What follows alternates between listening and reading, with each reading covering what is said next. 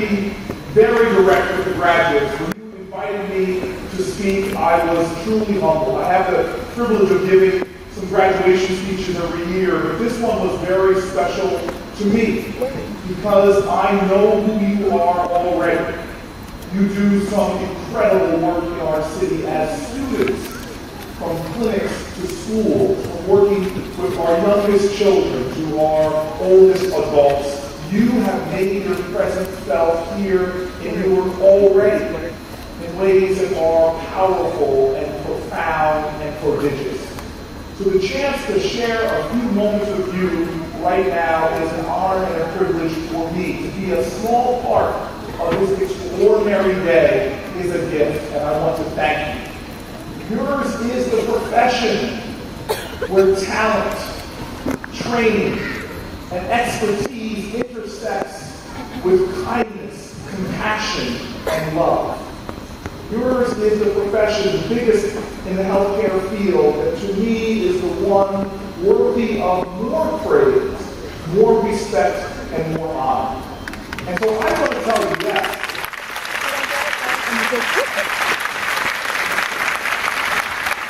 And so I want to tell you, quite frankly, that today, the little bit of wisdom I want to share with you is wisdom that you already exemplify. I talk to undergraduates at many places, but you all, through your study, your work, at the graduate and undergraduate level, is a testimony already to the simple things I want to tell you. But let me go very quickly, because what I want to share with the graduates is really pulling from the wisdom of my family. I'm still a young man, and the older I get, though, the more I feel like I lean on my family's truths that they've been telling me for many years. Now, I have an interesting family because the way they impart these truths varies depending upon the gender of the family member. Now, I have to say, my mom and my grandmother, I talked to my mom at length last night, she has got this nurturing and empowering spirit. Sometimes she'll joke with me when she sees me, like I'm sure some of your families, she'll say, behind every successful child is an astonished parent. And I know you all have left some folks here today astonished. But most of what my mom tells me is very nurturing, very empowering. My dad and even my grandfather, they also are loving. I feel lucky to be their son and grandson, but they love to tease me and find a way to keep me humble and my feet on the ground no matter what happens. You see, they would show up at graduation after graduation from 8th grade through law school for me, and I would hear the same jokes. You know, look, I admit that I was a scholarship football athlete in college, but my dad didn't have to say on my graduation from high school, he goes, son, I see you graduated from high school, you must think you're important, but don't you dare walk around here like you hit a triple, son. You were born on third base. You got into Stanford University because of a 4.0 of 1,600. 4.0 yards per carry, 1,600 receiving yards your senior year in high school. College, now I'm graduating from Stanford, I think I'm somebody special. Of course, my father comes up here, pulls out the program and says, son, I see you didn't graduate magna cum laude or summa cum laude. You were just, thank you, Lonnie, I'm out of here. And then finally, on my last degree, I'm leaving law school. And my grandfather and my dad say the same thing. They say, son, listen, look here now. You got more degrees in the month of July and you ain't hot. Get a job. And see me now, they say, son, you're a politician, aren't you? I said, yeah, he goes, get a real job. So I basically want to tell you one story from each tradition, from the matriarchal tradition and the patriarchal tradition. And I warn you now, when my mom tells a story from this tradition, I love to listen to the stories. Even though I've heard many of them over and over again, I love to listen because my mom and my 95-year-old grandmother, they have a penchant for accuracy and detail. When they talk, I feel like I should take out a notebook because I learned some detail that I didn't know before. Now, my dad and my granddad, I love them, but when they tell me a story, they have a knack for hyperbole and exaggeration. When my father tells stories now about his childhood, there's good wisdom in there, but the stories are about things that just aren't possible. Like, he grew up in the mountains of North Carolina, and when he went to school, son, in the beginning, the school was just a one-room schoolhouse. Now he tells me the stories and it's a lean-to on the side of the mountain. And my father says, I had to walk uphill, steep hill, a cliff just to get to school. And then he'll get into the story and forget. And at the end of the story, somehow, he's walking up a steep hill and a cliff to go back home. I'm like, Dad, what kind of geographical anomaly is that? You got to go uphill both ways. And the weather pattern is constantly changing. I mean, first it was storms, then the hail period began, hail the size of golf balls.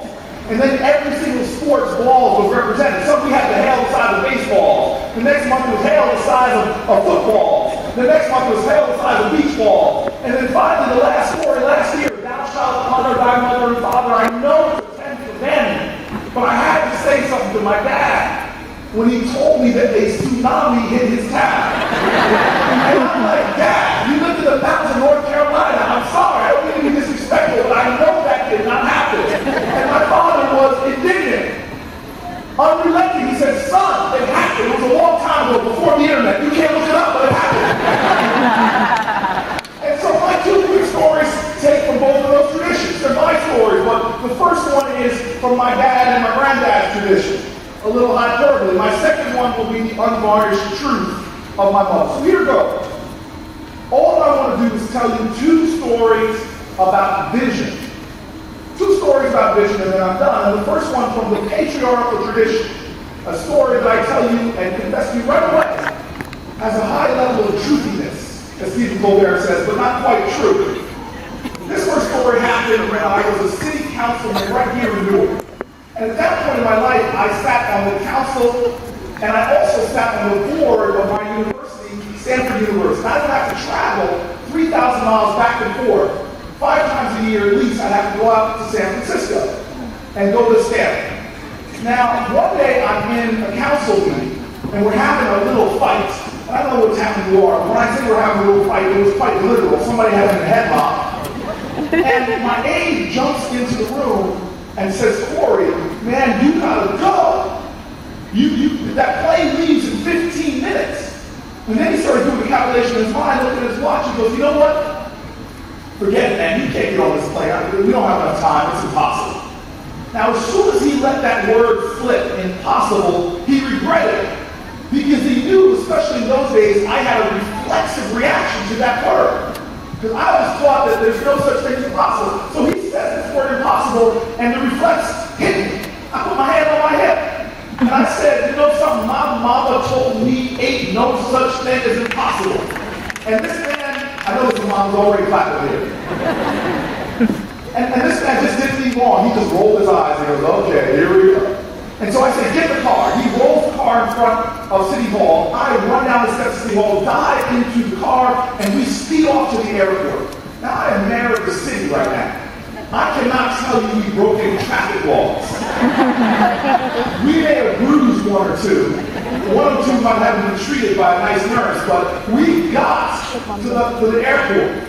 And I jumped out of the car. Now there is a mathematical equation studied at the rarefied levels of academia that simply has decided and discovered through study that this equation basically is very simple.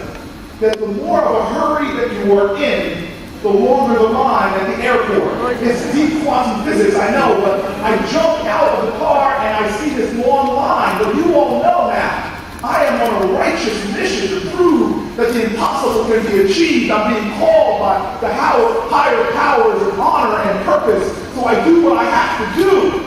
I cut the line at the airport. And I'm standing there as everybody is like yelling at me. People are calling me a mother, and not in a nice way. And I have carry-on bags being thrown at the back of my head.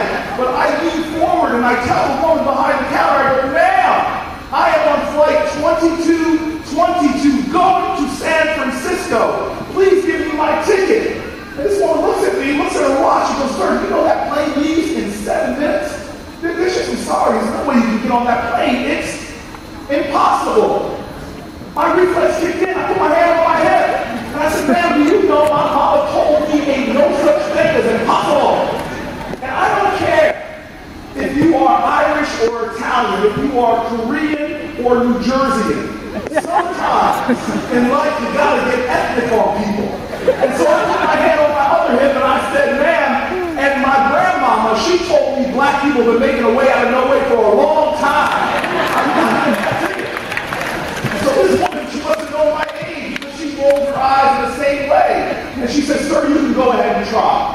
So I grab that ticket, I turn around, I start running through Newark Airport, jumping over bags, running around, dodging people. I'm running through that airport like a man from a commercial we don't really talk about anymore. But I get about 10 yards from the gates, and there's this poor woman putting the combination, and I scream at her and I say, stop! She turns around, sees this former tight end from Stanford University rambling towards her, drops her clipboard, she goes, what's wrong? And I said, ma'am, I am on that plane. She goes, I'm sorry, sir, you are not on this plane. She goes, I go, yes, I am. I'm getting on that plane. She goes, sir, we've given away all the seats. I'm sorry, you can't get on this plane. It's impossible. I put my hand on my hip. I said, my mama told me ain't no such thing as impossible. I put my hand on my other hip, and my grandmama said the black people make it away for a long time. And then I put my hand on my hip again.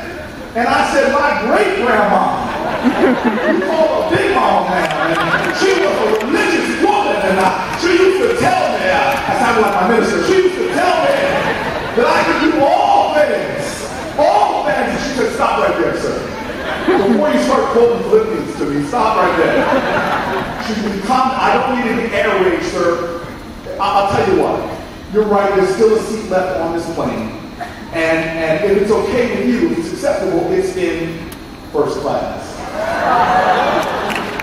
I dabbed the sweat off my brow and I said, that'll be acceptable. And she opens up the door, and now I'm an 8th child of the 80s television era, so she just opened the door and I had just moved on up, so I'm walking like George Jefferson down there. And this woman, she comes over to me and she says, impatiently at the plane, where are you sitting, sir? Hurry up, we have to go. I go, where am I sitting? Why I am first class. And she brings me over. This was the first time I had flown first class. So they have seats that are made for former tight ends from Stanford University. And I sat in this wide seat, and then they offer you a drink before you take off. Now, I usually just drink water on planes, but this was first class. So when she asked me what I wanted to drink, I had to do something special. So I said, ma'am, would you please bring me some Perrier?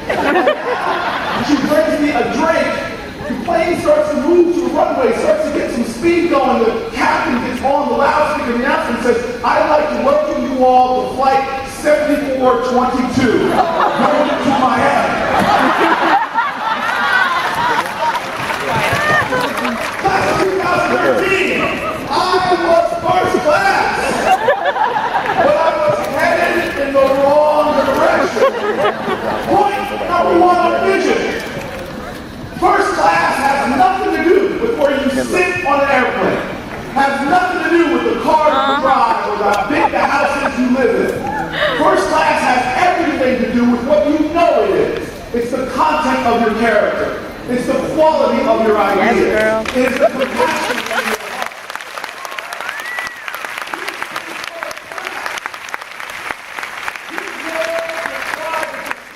Take your vision away, try to move your eyes off the prize. It's going to try to tell you what first class is.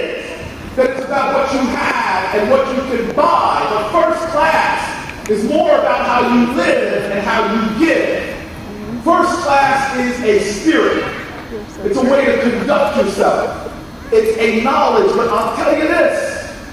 We as a country are getting distracted, and you all know it. We have a nation that's becoming more and more obsessed with wealth and consumerism. That we have forgotten about the basics like health and citizenship. We face a period right now that is scary in American history, where we are getting wealthier and wealthier, individuals making more and more money. But we as a society are facing more and more challenges for our families and our children. This could be the first generation of Americans where we have kids that are worse off than their parents. Less social mobility, greater healthcare costs, greater obesity, more and more challenges that are facing our kids, and we cannot allow that to happen. We must get back to being a first-class country in every way. And you all, with your vision and your commitment, can help us achieve that. But something critical about being first class means that it's not just about me. It's understanding that we're all in this together. I amazing document that I revere called the Declaration of Independence. But if you look at American history, you see a perpetual testimony to a declaration of interdependence. That we need each other. We must work together. We must find a way to not only live together, but to push forward and be together. In fact, that story I told you is an exhibit A in what the challenges are if we do not follow that African proverb that says if you want to go fast, go alone. But if you want to go far, go together. In this world, we're all on the plane, and this ain't United Airlines. Life is not United Airlines. If the plane crashes, we all go down. If there's a hole in the fuselage, it affects us all. You all will be on the front lines of being the conscience of communities, to helping people realize what is truly important and how we must be first class together. The second story I tell you very briefly is a story about truly keeping your eyes on the big vision, but about what is truly important. It's a very personal story from that matriarchal tradition, Unvarnished Truth. When I was getting ready to run for mayor, in the years before my second election, first one I lost, and yet I was determined with other residents of the city to try again. I had been living in a place called Brick Towers on High Street, right here on Martin Luther King Boulevard. It was one of the best communities I had ever lived in my life.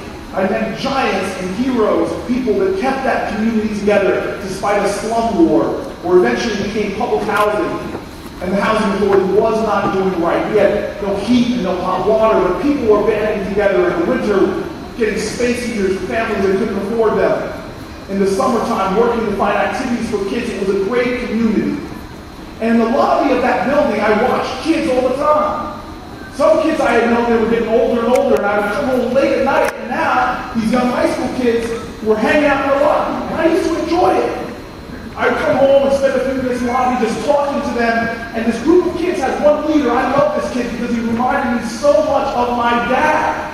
He had my father's quick wit, my father's sense of humor, my father's charisma, and his leadership ability. And so I began to see those signs that I did not like. Some of the kids were starting to show colors, and I was worried they were getting involved with the Bloods.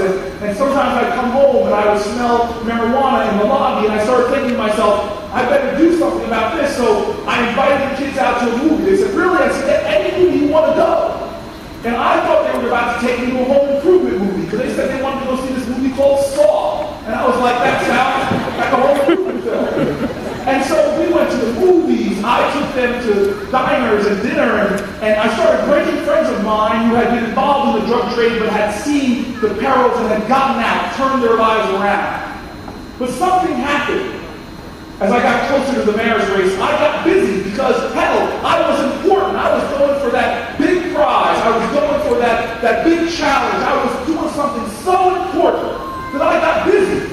And I couldn't take time to follow up with these kids. I couldn't take the time to actually be there, to connect the dots for them. And soon I stopped taking them out. Soon I stopped connecting them with mentors. And I just kept coming home. And I'll tell you, the spirit of those kids never got there. The campaign got going. They were sometimes the respite I was looking for at the end of a hard day, teasing me and joking with me when I came home. One night I'll never forget. Right before the election, I came home and they had lawn signs, like a dozen of them, just waving them at me, chanting as I walked in. And I walked in like a conquering hero from a long day of campaigning. And I thought to myself, where did they get these lawn signs from? Well, I was elected mayor. And now I was so important. The mission was obvious. In 2006, violent crime in our city was spiking to record levels. And I was called to this great cause and mission. When I would come home at night, there would be police officers with me, and the kids didn't want to hang out in that lobby anymore. So I didn't even see them. But I wasn't even thinking about that because I was on an important mission. That first month in office, every time there was a shooting in the city, I was showing up whether it was 2 o'clock in the afternoon or 2 o'clock at night, running around our city telling people, this is not who we are. We are better than this. This is not a reflection of our love, of our spirit, of our strength. We can overcome this. I was going around to corners and to neighborhoods, talking to people. I was the mayor, and people were paying attention to every word I had to say. And as I got going into this effort, I'm feeling this mission so important, so big was I, that one day I showed up 1 month into my term on Court Street in Newark, and there was a shooting. One body was being covered on the sidewalk. One person was being put into an ambulance, and all I could do was console residents and talk to them and be mayoral. I was the mayor on that street, telling people that we would fight through this, that we would drive crime down. And I went home late that night, and I pulled out my BlackBerry, the last thing I was to do for the day, and I was going through incident reports, and there I saw something that shook me to my core. I looked at my BlackBerry, and I couldn't break my gaze because I saw the name of the boy that was killed on Court Street. It was the young man from the lobby of my building. The young man who was so much like my dad. Born in a segregated environment, born poor, born to a single mother, but like my dad, he had that spirit, that courage, that charisma, that strength. I couldn't break my eyes from the BlackBerry, and my hands started to shake. I wanted it to change. I prayed, but that name was not right. I began to feel haunted as I looked, and I'll tell you, I'll never forget at Perry's funeral home. When we all crowded in that funeral home, everybody was there. There were parents and community activists, there were politicians and young people, there were people from my buildings, there were folks from the neighborhood. Everybody was there. But suddenly, a month into my new job, I did not feel mayoral. All I could do was stand in the back of Perry's funeral home. I felt this darkness just gripping my heart. I felt like a little boy surrounded by big things that seemed so large and uncomprehendable. People came over to me, and I couldn't cater to their sorrow or their sadness. I could just mumble out things, and as I saw more and more people come in, I felt the words of our common ancestry haunt me. Not inspire me, they were haunting me. Like the words of Martin Luther King that said, "We must repent in today's age, not for the violent actions and vitriolic words of the bad people, but the appalling silence and inaction of the good people." I was a good person.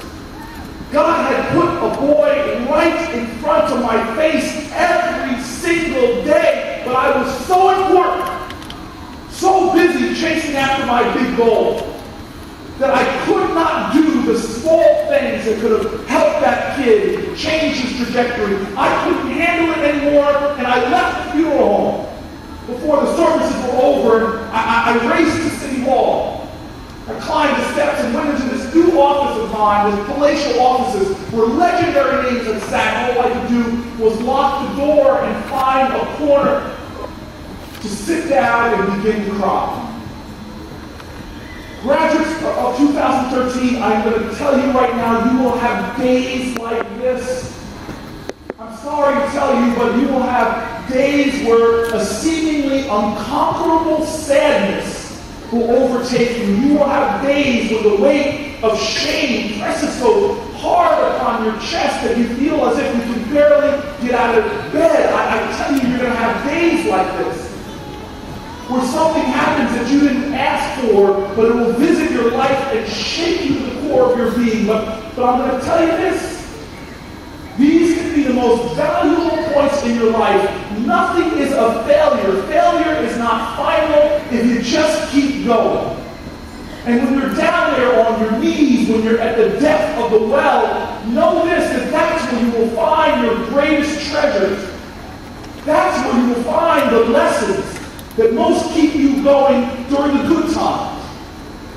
And when I was down there on the floor of pain, I tell you, I realized that true courage has nothing to do with giving a big speech or running into a burning building. That true courage is that when you are so discouraged, when pain grips you, when sorrow is holding on with a tenacious grasp, that true courage is that small voice inside of you that tells you to keep going anyway. And so when I was there on my first month as mayor, the lesson I grabbed, the jewel that I found at the bottom of the well was one simple thing. And I tell you this with all of my heart, knowing that this is your profession. I tell you this lesson knowing that you exhibit this already. And the simple lesson is this: you can have big dreams and big goals, but never forget the biggest thing you can do in any day is a small act of kindness, decency, and love. That life ultimately is not about the big things in the future, it's about the small things now. That love is not a destination, it is a way to travel. Mahatma Gandhi showed us this. He was taking on the British Empire. He was doing the work of a continent. And as he was running for a train one day, he leapt upon the train and one of his sandals fell off on the tracks, and everybody watched in sorrow that the great Mahatma Gandhi lost the sandal, but Mahatma Gandhi had a reflex too. His reflex reached down and pulled his other sandal off and tossed it way out of the tracks. His aide that was with him said, why did you do that? Mahatma Gandhi, with simplicity and kindness at his core, looks at the aide, perplexed, and goes, why? Because whoever finds that one sandal, wouldn't it be great if they find that other sandal too? This is the truth of life. Life is exhibited in the small moments when you take time. Something as simple as seeing someone without a smile and giving them yours. I have seen that kindness.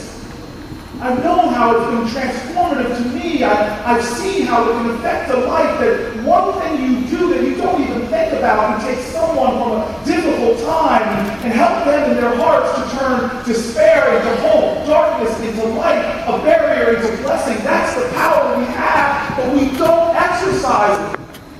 Alice Walker said the most common way we give up our power is not realizing we have it in the first place.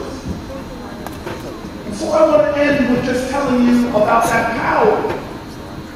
About me standing in a home, a hospice care center. Kindness of nurses that I found there. And the person that was dying in that hospice center was a giant in my life. This is just recently. His name was Frank Hutchins. Frank is one of Newark's greatest tenant leaders of all time. I met him when I was a young law student moving to Newark, and he embraced me as a young lawyer that could help him take on slumlords and fight for tenant rights. He was my hero because he, in my early stages of my professional career, taught me so much. And he saw things in me, in vision, he saw things in me that I didn't see in myself. And so we had battles together, we had fights together. I served at his side, this noble man. And as he got older, I'm telling you this, the days go so slowly, but the years fly by. And as